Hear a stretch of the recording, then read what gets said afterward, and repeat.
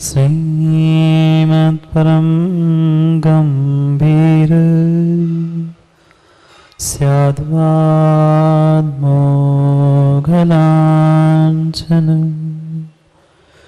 जिह्यात्रैलोक्यनाथस्य शासनं जिनशासनं ऋणयोणसंसिते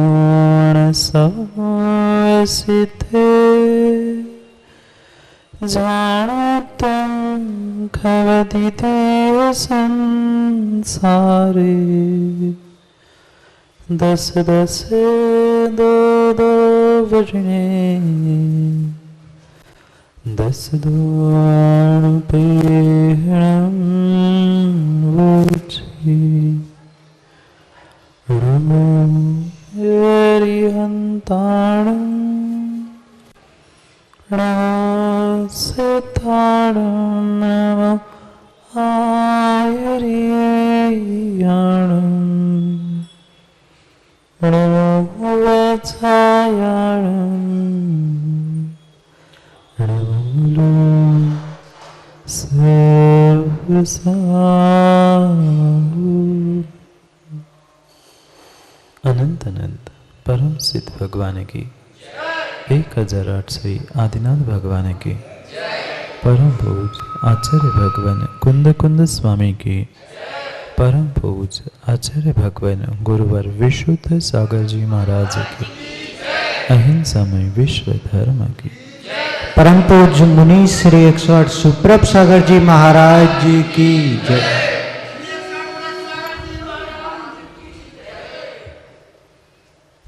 अंतिम तीर्थेश वर्तमान स्वामी के शासन में हमसे विराजते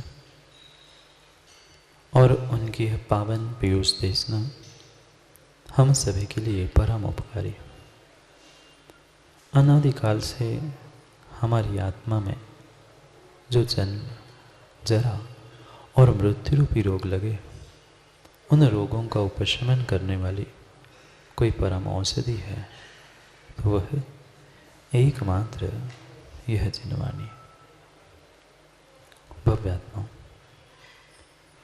चल पड़े थे कुछ दिन से हम अपने ही भीतर के परिणामों को समझने के लिए अपने ही भीतर विहार कर रहे थे।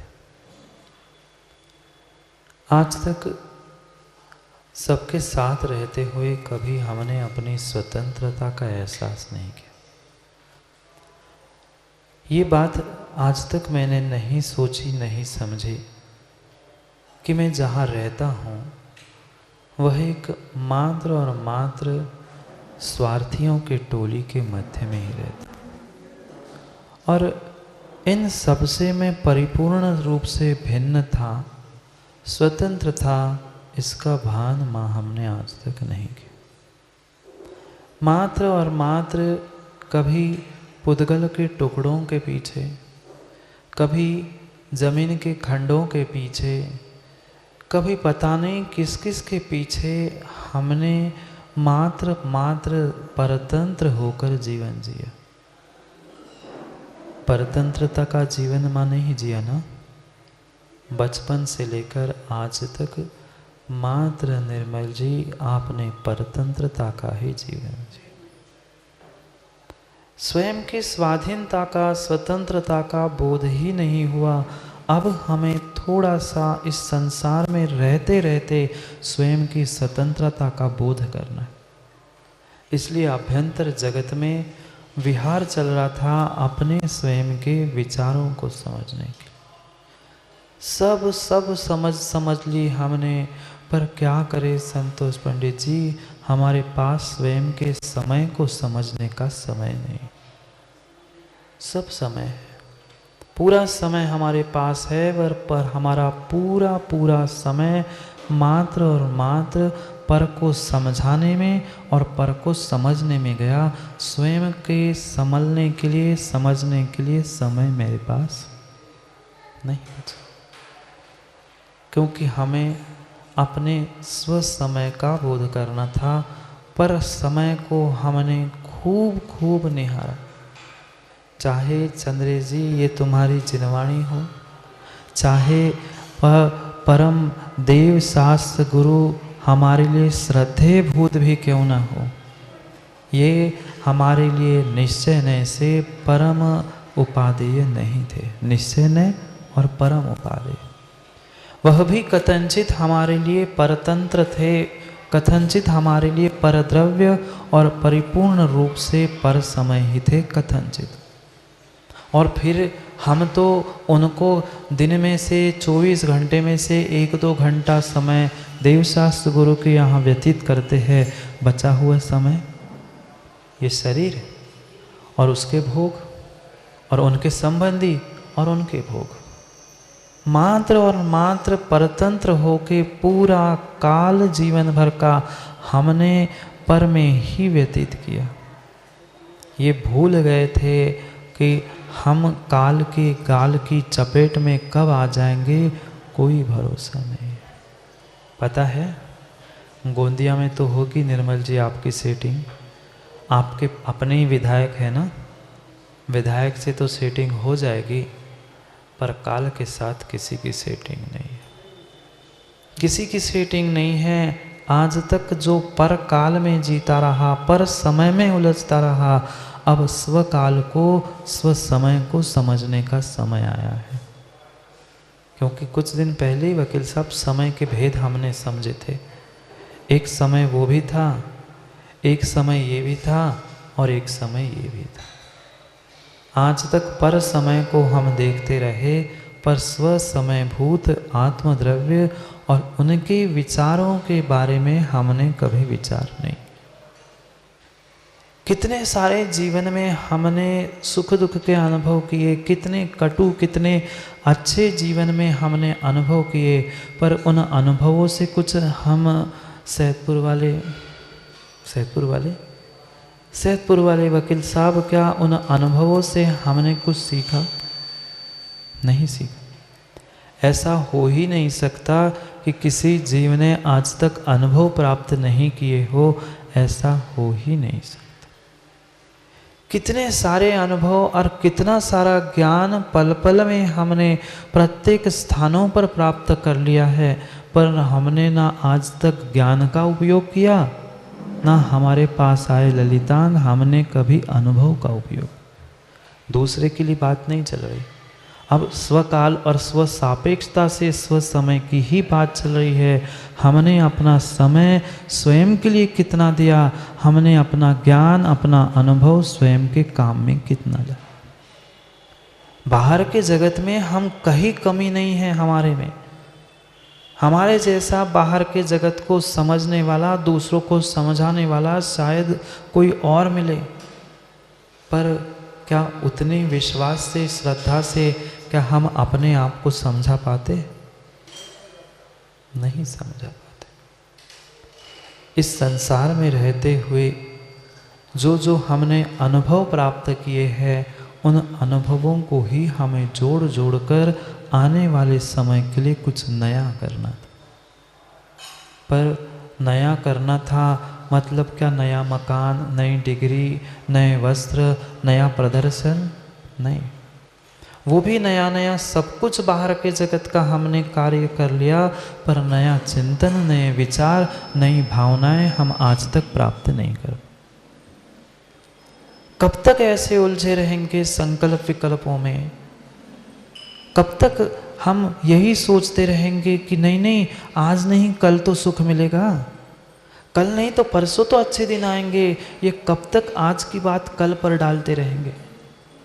आज तक का इस पर्याय का पिछले पर्याय को तो हम भूल गए, वो छोड़ दो। इस पर्याय की भी, बचपन की भी यादें कुछ गिनी चुनी छोड़कर छोड़ दो, पर अभी अभी की कुछ महीनों कुछ साल पुरानी बातें अनुभव में नहीं है। अनुभव में तो हमारे पास इतना अनुभव है, पर उस अनुभव को हम समझकर भीतर उतार नहीं पा रहे। अनुभव से जो हमें सीख मिली थी, उस अनुभवों से सीखना था जीवन में संभलने के लिए। ऐसा नहीं है कि सबको अनुभव नहीं सिखाते, ऐसा है क्या? आज नहीं तो कल, कल नहीं तो परसों किसी ना किसी को कुछ ना कुछ सीख मिली ही मिली होगी। काल से, अनुभव से नहीं आई, मिली। हम पल पल अनुभव करते रहे कि जिनको हमने अपना माना था, जिनसे हमें सुख की बहुत सारी उम्मीदें थी, सबसे अधिक उम्मीदों में पानी फेरने वाला वही था जिससे हमें सबसे अधिक उम्मीद थी। पराया नहीं आता दुख देने के लिए, पड़ोसी नहीं आता दुख देने के लिए। अगर दुख देने के लिए कोई निमित्त भी बनता है, स्वीकार है। मेरे स्वयं के कर्मोदय से दुख आया था, पर निमित्त कौन बना? पर वस्तु, पड़ोसी, बहुत बहुत बहुत कम वकील साहब पर निमित्त बनते हैं। जो अपने अपने हम मान के बैठे थे ना, उनके कारण सबसे अधिक संकल्प विकल्प होते। चंद्रेश जी बोलो ना, ऐसा नहीं है, ऐसा नहीं है, ऐसा बोलो। ऐसा ही है महाराज जी, नहीं कैसे कह सकता। दूसरे के घर में चोरी हो गई, करोड़ों का धन लुट गया, हमें दुख नहीं हुआ क्योंकि पड़ोसी था। और खुश हो गए, चलो वो उतना कंगाल हो गया। पड़ोसी के बेटे ने ऐसा कर दिया, बेटी के साथ ऐसा हुआ, हमें किंचित भी दुख नहीं था क्योंकि वो पड़ोसी था, पर था। पर आज जो कुछ भी मुझे दुख मिल रहा है संसार में, मात्र और मात्र जो पर थे, उन्हें जो मैंने अपना मान के रखा था, वह अपनेपन के कारण दुख था। कौन काम में आएगा? पड़ोसी की वकील साहब बेटा। आज कुछ हो जाए तो पुणे से बेटे में आने में 6, 8, 10, 20 पता नहीं कितने घंटे लग जाए। कितना भी जल्दी आना चाहे तो कम से कम एक दिन उसे लगेगा ही लगेगा, नहीं लगेगा? और जिसको आपने पर कह के धुतकारा था, उनके दुखों में आपने सोचा था बहुत अच्छा हुआ, ज़रूरत पड़ने पर पुण्य है तो पड़ोसी काम में आ जाएगा, और नहीं है तो बेटा भी सुख के दुख के दिनों में साथ देने नहीं आएगा। क्यों हम उलझे हैं? क्या ये जानकारी, ये ज्ञान हमारे पास मां नहीं है? है परिपूर्ण रूप से जानकारी, और परिपूर्ण रूप से जानकारी रूप ज्ञान है, पर वह ज्ञान का, जानकारी का हमने अभी तक सदुपयोग करना नहीं सीखा। जानकारी है, पर उस जानकारी के साथ हमने अनुभव को कभी भी टैली नहीं किया, मैच नहीं किया। निर्णय हमें 12 भावना में यही करना है जो आज तक हमने अनुभव किया था, उस अनुभव को और ज्ञान, जो जानकारी रूपी ज्ञान। बार बार जानकारी निर्मल जी क्यों कह रहा हूँ? हम तो बहुत बड़े पंडित हैं, हम बहुत कुछ पढ़ चुके हैं। नहीं, ज्ञान तो वही होता है संतोष पंडित जी। ज्ञान हुआ कि वह वस्तु का निर्णय होता है कि हेय है कि उपादेय है। पढ़ा क्या चंद्र जी? ज्ञान का फल ही कहते हुए माणिक नंदी स्वामी कहते हैं, हानोपादान उपेक्षाश्च फलम। हान उपादान ग्रहण करने योग्य है कि छोड़ने योग्य है। जिस समय निर्णय होता है उसी समय ज्ञान है। अभी तक ज्ञान भी नहीं हुआ, जानकारी है। एक छोटा सा बालक भी होता है, माना कि उसी खेल खेल में खेलते खेलते कहीं अग्नि के पास पहुंचा, और जैसे ही उसने जलते हुए इस अंगारे को उठाया, उसको हाथ में समझ में आ गया ये तो हाथ जला रहा है, दुख देने वाला है, दर्द देने वाला है। वो हाथ में पकड़ के रखेगा क्या? हाथ में पकड़ के रखेगा? जलते हुए बल्ब को भी किसी ने पकड़ा, समझ में आ गया कि अब हाथ जलने वाला है, हाथ छूट गया था। ऐसे चंद्रेश जी घर छूटा, परिवार छूटा, संसार छूटा, फिर किस बात का ज्ञान? फिर किस बात का ज्ञान? अभी मात्र शब्दों की जानकारी है, 12 भावना की जानकारी है, 12 भावना के शब्दों का भी ज्ञान नहीं है, जानकारी है। ज्ञान तभी होता है, सम्य ज्ञान तभी होता है कि बस वो बल्ब पकड़ा, अब हाथ जल रहा है अंगारे से, तुरंत वो बालक फेंक के भाग जाता है। ऐसे हमने खूब जानकारी प्राप्त कर ली, पर छोड़ने योग्य ज्ञान अभी तक नहीं हुआ। तरस रहा है व्यक्ति, मेरे साथ कोई नहीं है, कोई तो मित्र बने, कोई तो सगा बने, कोई तो संबंधी बने, पर कौन सगा, कौन संबंधी और कौन मित्र? नहीं, कोई मित्र नहीं है। फिर भी संयोगों को खोज रहा है, फिर भी निमित्तों को खोज रहा है, कोई तो मुझे मिले। पूरा पूरा जीवन भर का पुरुषार्थ जीव का मात्र और मात्र जन्म से लेकर मरण तक ललितांग मात्र एक कफन के टुकड़े के लिए यात्रा की, पूरे जिंदगी की।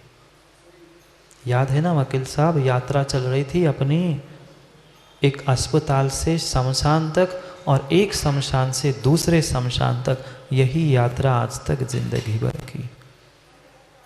और मात्र मात्र जीवन भर जो हमने पुरुषार्थ किया, अंतिम समय में अगर तुम्हारे साथ जिसकी आग लगने वाली है, जिसको वह मात्र एक कफन का टुकड़ा, उसके लिए जिंदगी भर तूने पुरुषार्थ किया।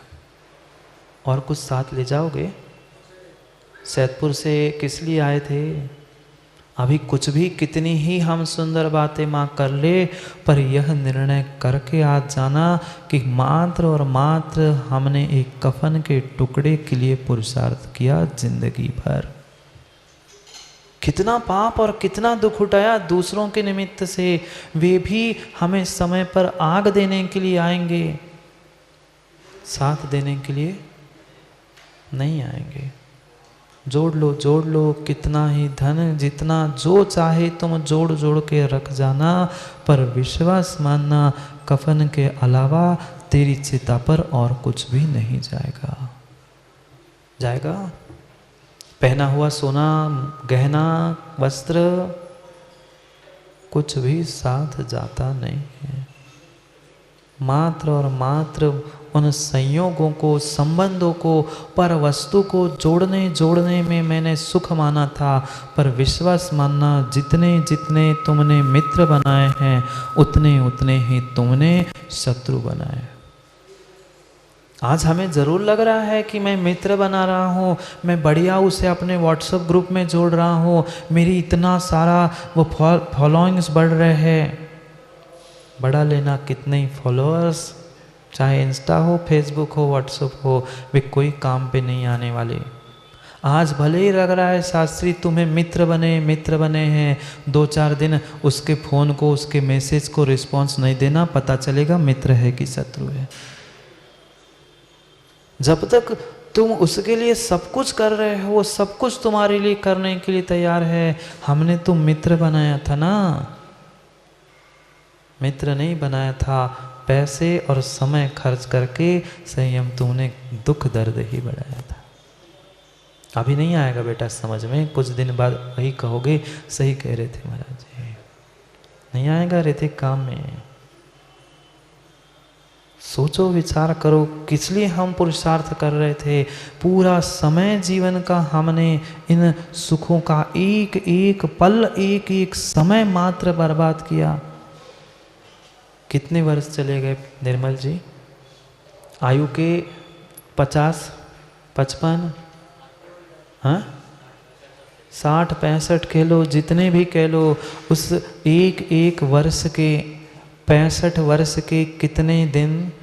एक वर्ष के 365 दिन, 365 के एक दिन में 24 घंटे, 24 घंटे में 60, 1 घंटे में 60 मिनट, 60 सेकंड का 1 मिनट, गणित लगाओ अभी तक कितने सेकंड हमने बर्बाद किए।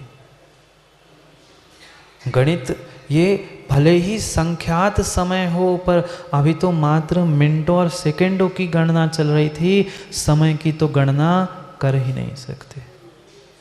एक आंख की पलक झपकने में असंख्यात समय हो जाते हैं।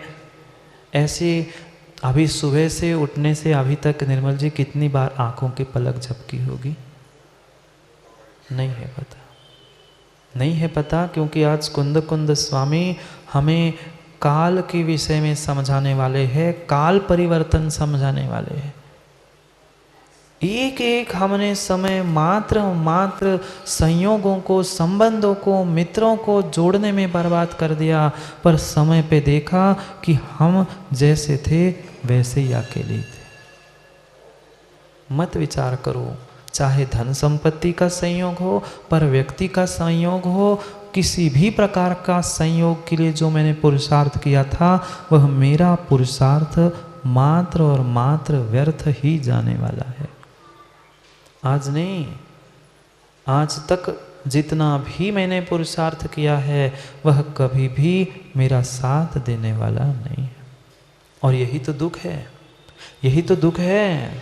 सबसे बड़ा दुख यही था, वे मित्र नहीं था, उनको भी दुख है। बेटा नहीं है, उनको भी दुख है। जिनके पास है, कुलक्षणी है, अच्छा नहीं है, सो भी दुख है। सब तरह से छान कर देख लिया, नहीं देखा, नहीं देखा, सब जो देखो छान, सब कुछ छान के देखा, पर फिर भी हम नहीं समझ पा रहे हैं सुख दुख के परिवर्तन को। अगले 27 नंबर की गाथा में काल परिवर्तन की व्याख्या कर रहे हैं, क्योंकि संसार भावना प्रारंभ करते आचार्य महाराज ने कहा था पंच परावर्तन, पंचविहे संसारे। 23 नंबर की गाथा में पंचविहे संसारे, 5 प्रकार का ये संसार 5 प्रकार के परिवर्तन रूप है। कैसे कैसे हमने एक एक समय टाइम पास करने के लिए बर्बाद कर दिया, खूब टाइम पास किया, बचपन से लेकर आज तक वह पूरा टाइम पास अभी नहीं, अंतिम सांसों में समझ में आएगा। अगली पर्याय में जब कर्म बंध उदय में आएगा तब समझ में आएगा। ऐसा नहीं था, ऐसा नहीं था। निर्मल जी मैं कभी मानने के लिए तैयार नहीं हो सकता कि महाराज जी हमें तो अवसर ही नहीं मिला। बहुत सारे लोग आते कहते महाराज जी हमें तो ऐसे कोई गुरु ही नहीं मिले कि जिनके पास जाकर मैं अपना कल्याण करूं। ये व्यर्थ की बातें है चंद्रेश जी, ये बिल्कुल व्यर्थ की बातें है कि क्या करें महाराज जी, कोई अच्छा ऐसा गुरु कोई ऐसा मिला ही नहीं है। नहीं है। महावीर भगवान जैसे गुरु आपको मिल चुके, आदिनाथ जैसे गुरु आपको मिल चुके, कुंद कुंद आचार्य विशुद्ध सागर विद्यासागर विराग सागर जैसे भी गुरु मिल चुके, पर हमारा समय स्व समय में नहीं था, हम पर समय में उलझे थे। एक नहीं, दो नहीं, 3 नहीं, प्रतीक भाई कई कई जिंदगी में ऐसे अवसर आए कि हम संभल सकते थे, पर हमने संभलने का कभी प्रयास ही नहीं किया। संभलो, बहुत बड़े बड़े अवसर हमें प्राप्त हो रहे हैं, पर हमने कभी अवसर का सदुपयोग करना सीखा ही नहीं। नहीं है। क्या बाल्यावस्था आपको नहीं मिली थी? क्या किशोर अवस्था संतोष जी आपको नहीं मिली थी? युवा अवस्था मिली थी, बाल्यावस्था मिली थी, आज प्रौढ़ है, वृद्ध अवस्था भी मिलेगी, पर क्या उन्हें एक एक अवस्था का सदुपयोग किया? अब तो सोच रहे हैं अब तो क्या करें महाराज जी, अब बूढ़े हो गए, शरीर से काम नहीं बन रहा है, ये नहीं हो रहा है। अरे अब नहीं बन रहा है, जब बन रहा था तब तूने क्या किया? तब तो इस शरीर को भोगों में लगा लिया, अब धर्म के बारे में सोच रहा है, अब क्या होगा? एक कोई ऐसा उत्सर्पणी अवसर्पणी का काल, 2 काल जानते हो ना, उत्सर्पणी अवसर्पणी, 1 से लेकर 6 तक और 6 से लेकर पुनः 1 तक, ये जो संसार का गोल भ्रमण चक्र था, उस काल के चक्र में हम फंसे थे। बहुत बड़ा काल का चक्र, बहुत बड़ा इस समय का चक्र था, उस काल में ही हम उलझे रहे। एक एक पल का हिसाब अगर हम करें तो आने वाले अनंत समय का काल कम पड़ जाएगा। इतने दुख और इतने पाप हम प्राप्त कर चुके। पढ़ो पहले कुंद कुंद स्वामी क्या कह रहे हैं 27 नंबर की गाथा में, फिर कहते हैं एक एक उनके शब्दों से समझने का प्रयास कर।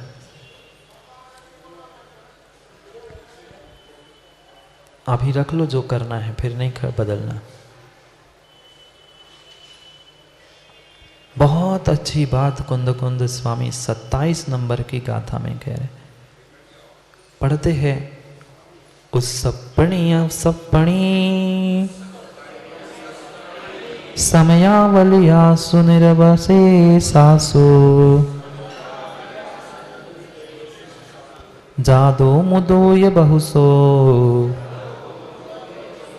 परिभ्रमदो काल संसारे। एक साथ पढ़ो।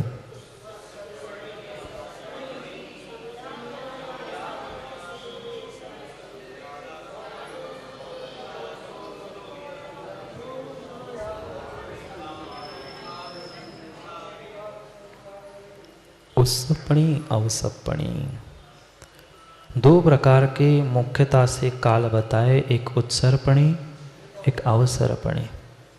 अभी आप कौन से काल में रहते हो? कौन सा अवसर्पणी? हुंडा अवसर्पणी। वो भी हुंडा अवसर्पणी के साथ साथ खोटे पंचम काल में आए। क्यों आए इस खोटे पंचम काल में? पंचम काल सामान्य होता तो फिर भी ललितान भाई एक समय के लिए चल जाता, पर उसमें भी हम विशेष विशेष ऐसे हुंडावसर्पणी काल में आए हैं। मतलब कुछ विशेष, क्या कह दो, पुण्य की पाप, पुण्य की पाप, विशेष विशेष विशेष कुछ हमने किया था, इसलिए खोटे काल में आ गए हैं। क्योंकि सामान्य काम तो, सामान्य पाप तो हम करते ही नहीं हैं। हमारे पास है जो कुछ चाहिए महाराज, आजकल हमें ब्रांडेड चाहिए, सामान्य काम चलता ही नहीं। चाहे कपड़े हो, मोबाइल हो, जो सामग्री हो, सब कुछ ब्रांडेड चाहिए। जैसे तुमने सामग्री ब्रांडेड प्राप्त की, काल भी तुम्हें ब्रांडेड मिल गया है। सामान्य पंचम काल नहीं, हुंडा अवसर्पणी। विशेष में भी पुनः विशेष, क्योंकि हम ही विशेष थे। हाँ पंडित जी, विशेष ही है, ये काल ही विशेष है। जितनी अनहोनी घटनाएं घटनी थी वे इसी हुंडा अवसर्पणी में घटी है और आने वाले भी काल में घटने वाली है। विचार करो कितने कितने हमने एक एक समय को बर्बाद किया होगा, कुछ विशेष विशेष पाप इकट्ठा किया होगा कि इस खोटे काल में आए हैं। हाँ, थोड़ा सा पुण्य भी है। उम्मीद हार कर बैठ मत जाना कि हम तो पापी है, कहीं डूब जाए, नहीं। हाँ, थोड़े से पुण्यात्मा है, देवशास्त्र गुरु के सानिध्य को प्राप्त कर रहे हैं, थोड़ा सा तो पुण्य सूर्य जी है, पर पाप अधिक है क्योंकि ऐसे खोटे काल में आए। काल की ही व्याख्या समझनी है, कैसे उत्सर्पणी, कैसा उत्सर्पणी और कैसा अवसर्पणी, कैसे परिभ्रमण किया, कैसा हमने उसकी गणना की। अगर पहले काल का पहला समय कौन से, वे उत्सर्पणी काल के 6 भाग, काल के पहले उत्सर्पणी अवसर्पणी 2 भागों के पहले के प्रथमा यानी सुखमा सुखमा सुखमा, फिर सुखमा दुखमा दुखमा सुखमा दुखमा और दुखमा दुखमा। पहला काल, दूसरा काल, तीसरा, चौथा, पांचवा और छठवा, ये उत्सर्पणी के 6 और अवसर्पणी के फिर 6, 5, 4, 3, 2, 1। माना कि पहले काल के, मतलब पहले उत्सर्पणी के पहले काल के पहले समय में, काल यानी सुखमा सुखमा काल, उस सुखमा सुखमा काल के पहले समय में जीव ने मरण किया, जीव ने जन्म लिया, पुनः मरण किया, और दूसरा जन्म जब लेगा वह दूसरे काल के दूसरे, वह अवसर्पणी के दूसरे काल के दूसरे समय में, गणित बता रहे, क्रम बता रहे हैं। विचार करो, ये पूरे उत्सर्पणी अवसर्पणी, एक उत्सर्पणी 10 कोड़ा कोड़ी का, एक अवसर्पणी 10 कोड़ा कोड़ी का, ऐसे 20 कोड़ा कोड़ी काल का एक काल का चक्र था। और उसके भी काल में हमने, विचार करो, अभी अभी गणित निर्मल जी को बताया था, 65 वर्ष 365 दिन 24 घंटे 60 मिनट 60 सेकंड, और 60 सेकंडों में असंख्यात समय, सबका गुणा कर लो। यहाँ तो फिर भी आपके पास 65 है, सो गुणा हो जाएगा, पर यहाँ गुणा करके बताओ कि आज तक हमने यो 20 कोड़ा कुड़ी का एक कल्पकाल, एक कल्पकाल 20 कोड़ा कुड़ी का, ऐसे कितने काल, कितने कालों से हम संसार में घूम रहे हैं? कोई गणना नहीं, कोई गणना नहीं है। ऐसे अनंत कालों से हम संसार में परिभ्रमण कर रहे हैं। ऐसा 20 कोड़ा कोड़ी कल्प काल का करोड़ से गुणा करने पर और फिर सामने 20 लिखो। इतना बड़ा काल एक कल्प काल का है और ऐसे एक नहीं अनंत कल्प काल होते हैं और उसमें पहले काल के पहले समय में जन्म लिया, मरण किया, पुनः दूसरा जन्म गिना जाएगा कब? दूसरे काल के दूसरे समय में जन्म लेगा तब। ऐसे क्रम से फिर तीसरा, फिर अगर क्रम टूट गया तो गया चक्र काम से। पुनः पहले समय के पहले काल के पहले समय में जब जन्म लेगा तब से पुनः उसका चक्र चालू। ये मात्र उत्सर्पणी का नहीं, ऐसा ही अवसर्पणी का भी समझना। प्रत्येक ऐसे काल की गणना करते हुए वह करते करते एक एक समय उत्सर्पणी के क्रम से पूर्ण किए, फिर अवसर्पणी के पूर्ण किए, पुनः उत्सर्पणी अवसर्पणी उत्सर्पणी अवसर्पणी। यही कल्पकाल का चक्र अनादि से चलता आ रहा है। पर फिर भी जीवों को समय की कीमत नहीं है। फिर भी जीवों को ये मनुष्य पर्याय मिली है। कितना कितना कितना बड़ा गोल्डन चांस, कितना बड़ा ये हमें बड़ा अवसर मिला है, पर हमें उसकी कीमत ही नहीं है। पुद्गल के टुकड़ों की तो बहुत बहुत बहुत बड़ी कीमत है, पर अपने स्वयं की पर्याय की, परिणामों की छोड़ दो। परिणामों की, भावनाओं की तो मैं बात अभी नहीं कर रहा हूँ, पर्याय की तक हमें कीमत नहीं है। कितनी दुर्लभता से ये मनुष्य पर्याय मिली थी। क्या था ये पढ़ेंगे हम बोधि दुर्लभ में, पर यहाँ भी विचार करना होगा कि कितने सारे ऐसे अवसर बिल्कुल ऐसा रहा कि अब मुख में ग्रास जाने ही वाला था। क्यों ऐसे अवसर नहीं आए? बिल्कुल ऐसा लगा वकील साहब अब तो मुख में गया ग्रास, पर देखते देखते कब छिन गया पता नहीं हुआ। ऐसे कितनी बार हुआ ललितान भाई? अधिकांश ऐसा ही हुआ कि बस अब कल काम होना ही है और काम बिगड़ गया। मुख में आया हुआ ग्रास छिन गया था। क्यों? क्योंकि गलती किसी और की नहीं थी, मेरी स्वयं की थी। मैंने स्वयं को समझने का समय नहीं दिया था। कई मौके कई अवसर हमें मिले थे संभलने के, समझने के, पर हम ना संभल पाए ना समझ पाए स्वयं के एक एक मिनट की कीमत को। पैसों की, पुद्गल के टुकड़ों की, भूमि को, सबको कीमत है, पर समय की कीमत कितनी है क्या? नहीं है। कितना समय ये उपसर्पणी अवसर्पणी का हमने मात्र और मात्र पर के चिंतन के लिए, दूसरों को समझाने के लिए व्यतीत किए। मन नहीं समझाते ना दूसरों को, नहीं समझाते ना दूसरों को। पूरा समय तो हमारा दूसरों को ही समझाने में जाता है, स्वयं को समझने का और समझाने का समय मिलता ही नहीं है। कब तक नहीं मिलेगा? कब तक नहीं निकालोगे? जब तक नहीं निकालोगे, जब तक नहीं निकलेगा, तब तक विश्वास मानना इस संसार से पार होने वाले नहीं है। बहुत आसान लगता है लोगों को, बहुत आसानी से व्याख्यान की जाती है कि नहीं संसार पार करना है, संसारातीत होना है। नहीं, ये जो चक्र चल रहा है, ये विशेष चक्र को तोड़ने का पुरुषार्थ हमें करना होगा। मैं किस प्रकार से इसे तोड़ूं? पर टूटना इतना आसान नहीं है। जन्म मरण और जरा रोग से क्या मिला? इन 3-4 वस्तुओं के अलावा इस संसार में कुछ नहीं मिला। जन्म, जरा, मृत्यु और रोग, इनके अलावा इस संसार में हमने खोज सबकी की, सबके संयोगों को, पर जहाँ जहाँ संयोग संबंध मिले वहाँ हमें जन्म, मरण, जरा और रोग, इसके अलावा और कुछ नहीं मिला। नहीं पढ़ते क्या माँ? भगवान को नहीं सुनाते क्या निर्मल जी? जन्म मरण अरु जरा रोग से सदा दुखी रहता। दुखी की सुखी? सुखी दुखी रहता, द्रव्य क्षेत्र अलु काल भाव भव परिवर्तन सहता। एक एक परिवर्तन अनंत अनंत अनंत बार हम कर चुके हैं।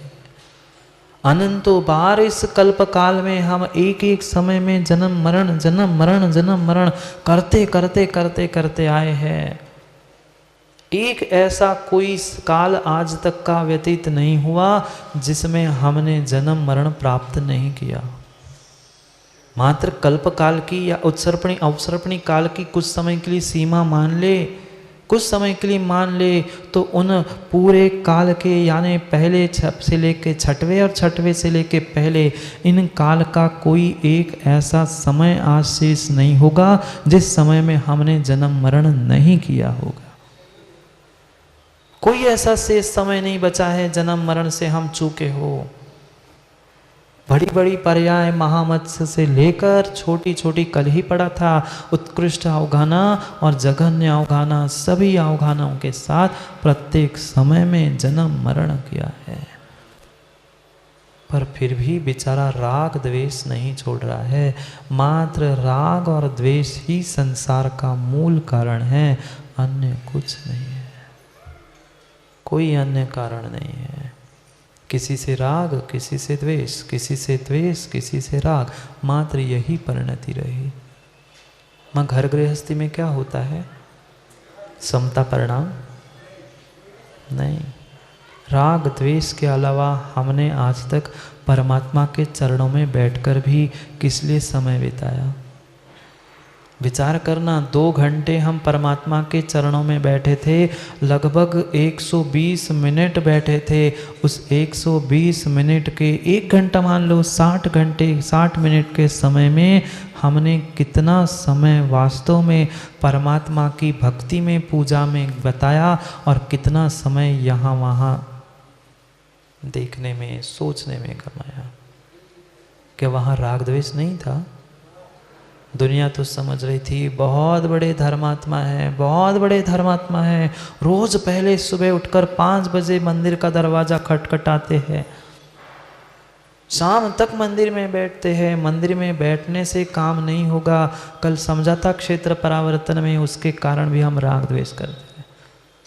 अब समझो बहुत बड़ा अवसर मिला है, कई ऐसे अवसर मिल चुके और पता नहीं छठवें काल में कैसा क्या मौका मिलेगा। उससे बचना है तो अभी मौका मिला है, चौका लगा दो। चौका फुल टॉस आया है, मनुष्य पर्याय मिली है, पता नहीं फिर धर्म ध्यान करने के लिए कुछ मिल पाए, प्रतीक नहीं मिल पाए। कोई आगे का भरोसा है क्या?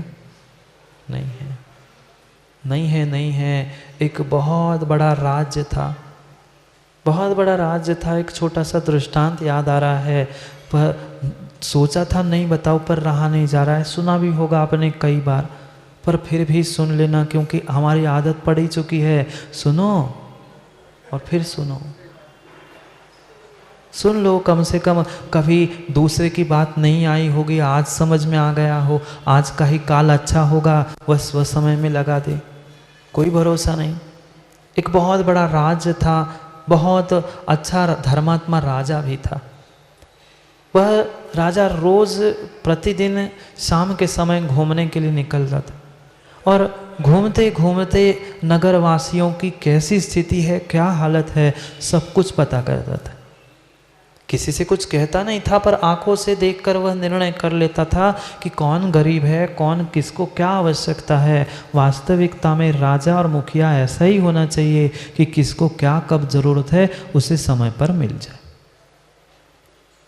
एक दिन वह नगर के बहुत किनारे बाहर निकल पड़ा और जाते जाते उसने देखा कि एक बहुत दीनहीन दरिद्री एक भिखारी भीख मांग रहा था। उसने सोचा, मेरे जैसे ऐसे धर्मात्मा राजा के रहते हुए कोई ऐसा भीख भी मांगता है? कैसे हो सकता है भिखारी, कैसे हो सकता है भिखारी? इसने कहा नहीं, अब वहां तो कह नहीं सकता, वहां कुछ कह नहीं सकता, क्योंकि सैर पे निकला था, घूम के वापस आया और नौकरों से समाचार दे दिया उस भिखारी को बुला दिया जाए। इस भिखारी को बुला लो, भाई दीनहीन है, मेरे ही नगर में रहता है, कर्तव्य मेरा है उसे संभालने का, उसे बुलाया जाए। उसको समाचार पहुंचा, वह वापिस दूसरे दिन जैसे ही सुबह दरबार लगा वह आया, और दरबार में आके ही अब भिखारी तो भिखारी था, राजा बुलाए चाहे कोई बुलाए, वो तो अपने जैसी भेष थे, वैसी भेष और वैसी सोच। दिमाग भी कितना ही कर लो, जो व्यक्ति पुण्य जिसका हीन हो जाता है, क्षीण हो जाता है, उसकी विचार, उसकी भावना, उसका चिंतन भी वैसा ही वैसा होता है। और जिसके विचार अच्छे हो रहे हैं, चिंतन अच्छा हो रहा है, ये पक्का मानना आने वाले समय में उसके दिन बदलने वाले। वह भी दीनहीन होके पहुंचा। राजा ने कहा, भाई देख, मैं देखता नहीं, मैं किसी को दुखी नहीं देखना चाहता, मैं अपने राज्य में जितने व्यक्ति हैं उन सभी व्यक्तियों को बहुत अच्छा देखना चाहता हूँ।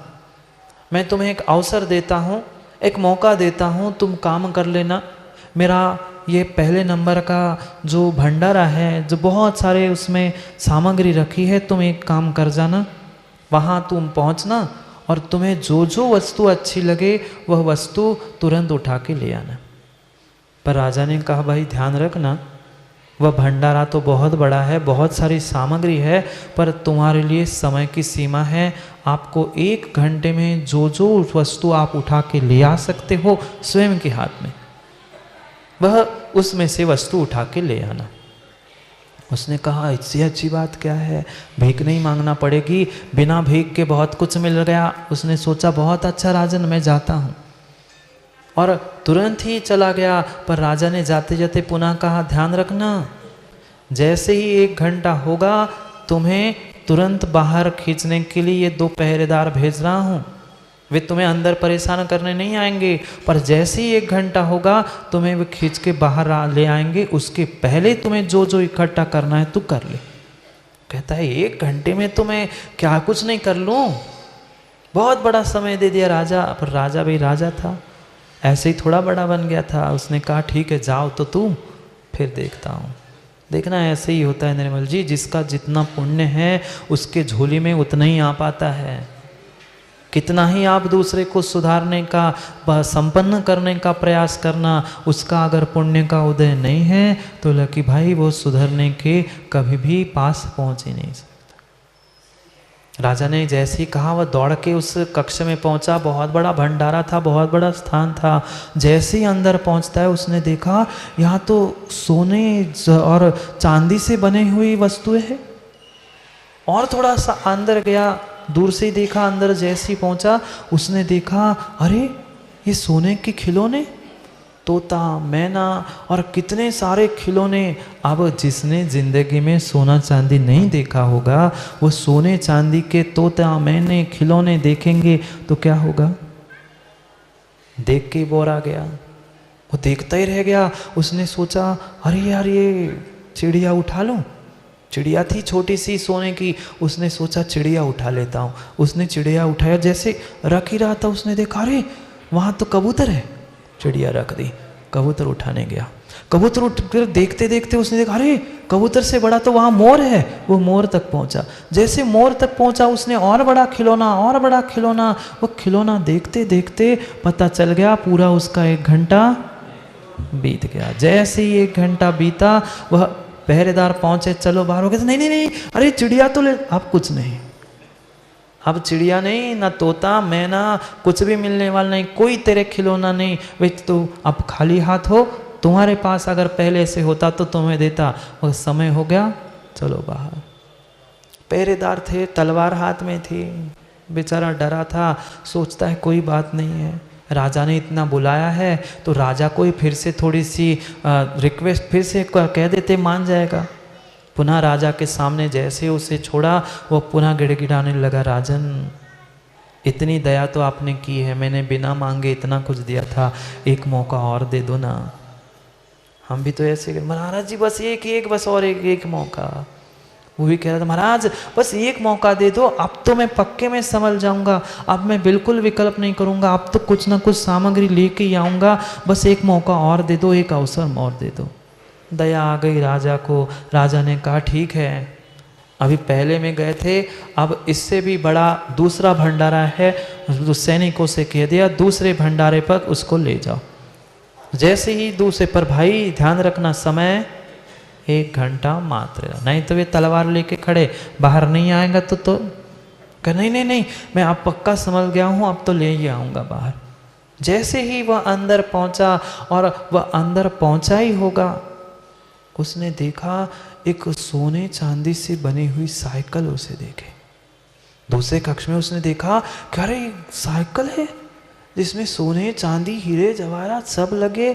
जिसने साइकिल को हाथ नहीं लगाया होगा, सोना चांदी हीरे जवाहरात नहीं देखे होंगे, उसने देखा वो हक्का बक्का में इतनी बड़ी साइकिल मुझे मिल रही है।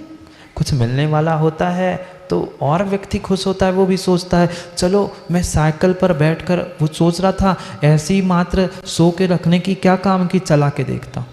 वह साइकिल पर बैठकर चलाने लग गया, और चलाते चलाते आगे गया तो उसे और बड़ा वाहन मिला, गाड़ी दिखी। गाड़ी देखकर उसने सोचा चलो गाड़ी पे बैठ जाऊं।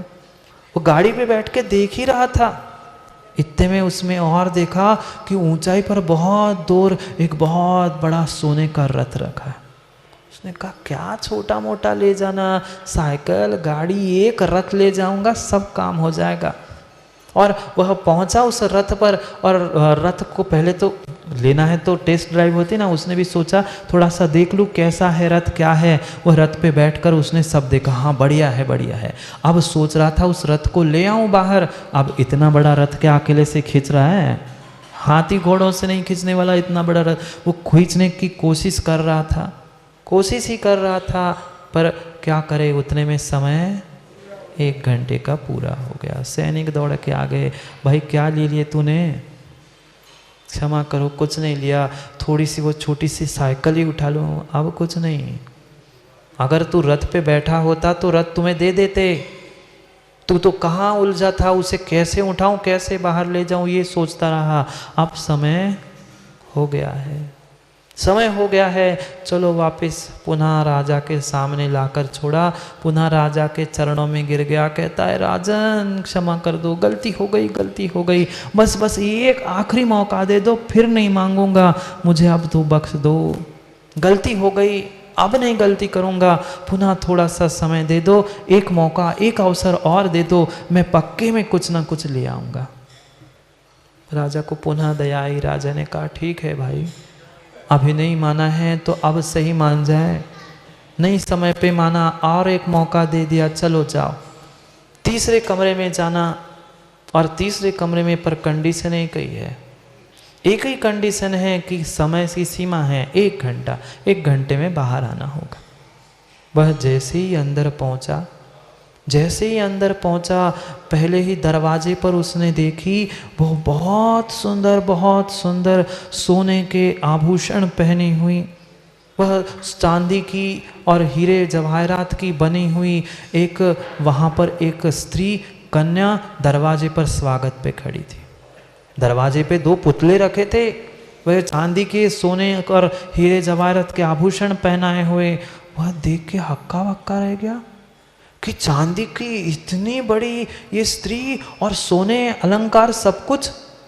वो खोज ही रहा था कि अब मैं कौन सा गहना उठा लूं, क्योंकि इतनी पूड़ी तो उठाना मुश्किल थी, वो कौन सा गहना उठाऊं, ये अंगूठी आएगी क्या, ये आएगी क्या। उतने में उसे कुछ आवाज़ आ गई, और जैसे ही उसने अंदर पहुंचा उसने देखा अरे ये तो पुतली थी, अंदर तो साक्षात एक स्त्री, कई सारी नर्तिकाएं सोने जवाहरात के वह आभूषण पहने हुए सुंदर सुंदर वस्त्रों में नृत्य कर।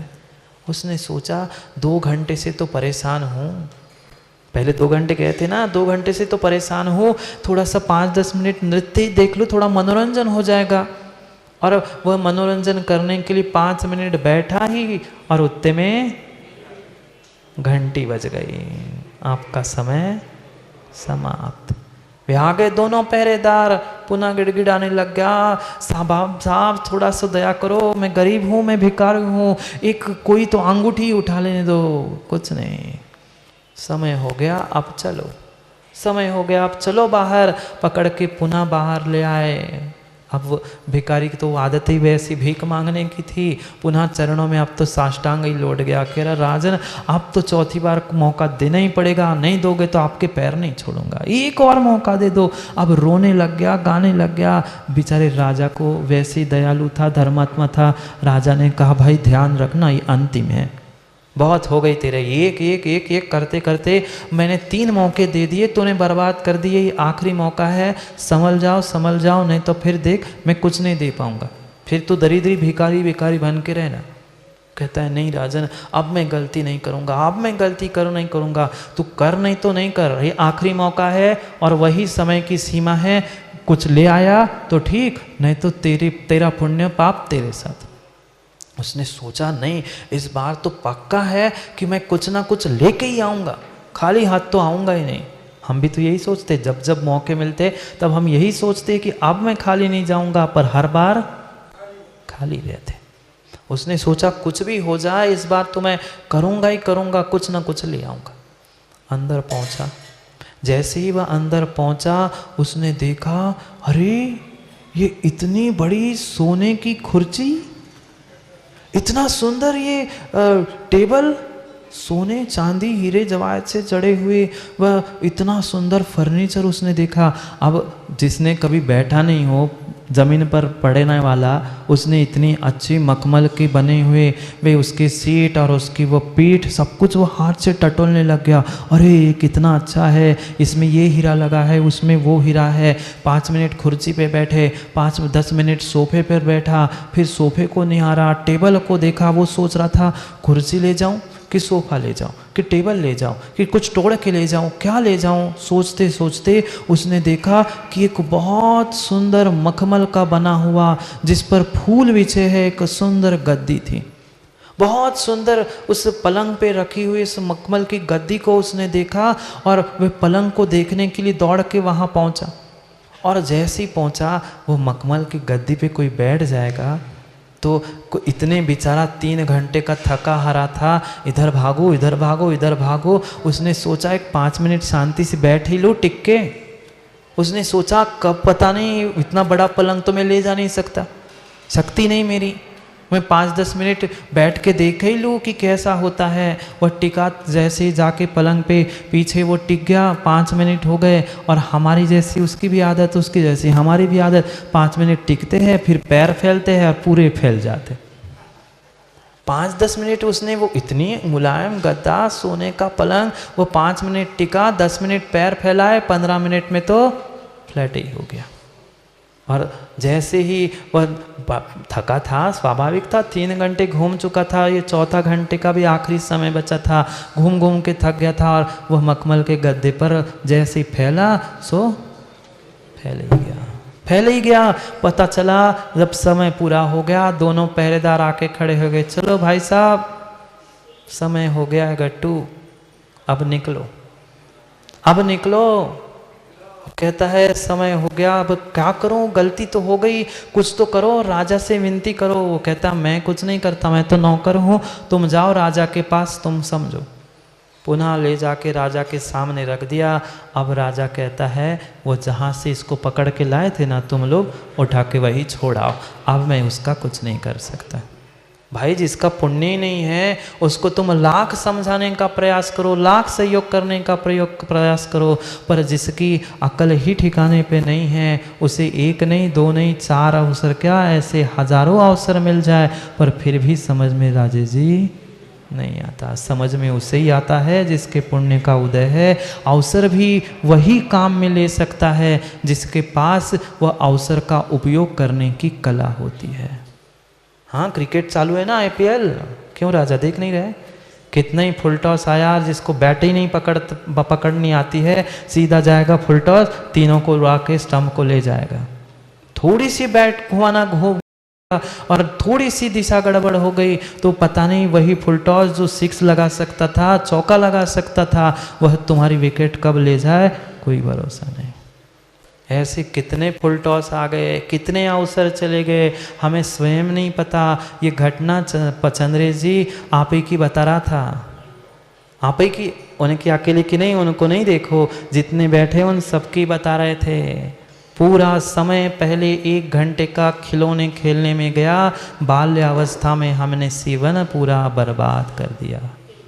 ये खेलो, इसके साथ खेलो, ये मित्र वो मित्र, ये खिलौना वो खिलौना, पूरा पूरा हमने बाल्यावस्था का जो समय हमें मिला था, जो पहला अवसर था जिंदगी का, वह हमने मात्र और मात्र खिलौने के साथ खेलने में बर्बाद कर दिया।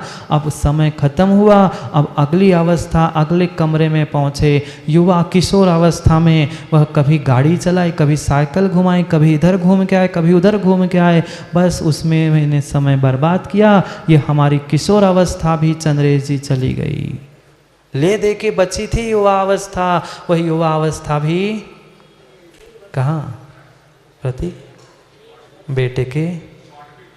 बेटे के माँ में तीसरे कमरे में क्या थे, स्त्रियाँ नर्तकी सुंदर आभूषण, मात्र उनको देखने में तुम्हारी युवा अवस्था चली गई। अब बेचारा 3 कमरों में घूम घूम के निर्मल जी 65 साल के हो गए, कमर पिरा रही थी, मूड पिरा रहा थो, तनक सो टिक जाए, सो जैसे कुर्सी पे पलंग पे टिक गए सो टिक ही गए। वृद्धावस्था भी चली गई, 1 नहीं 2 नहीं 3 नहीं माँ 4 अवसर आपको भी मिले थे, पर पहली अवस्था खेलकूद में बीती, युवा अवस्था किशोरावस्था घूमने में बीती। जो युवा अवस्था थी जब संभलना था तब हमने स्त्री के पीछे बर्बाद कर दिया। अब बुढ़ापे में हाथ में क्या रहा, पलंग पे लेटे रहो, बस उसके अलावा कोई समय नहीं है। समय हो गया है, घड़ी का भी और निज घड़ी का भी।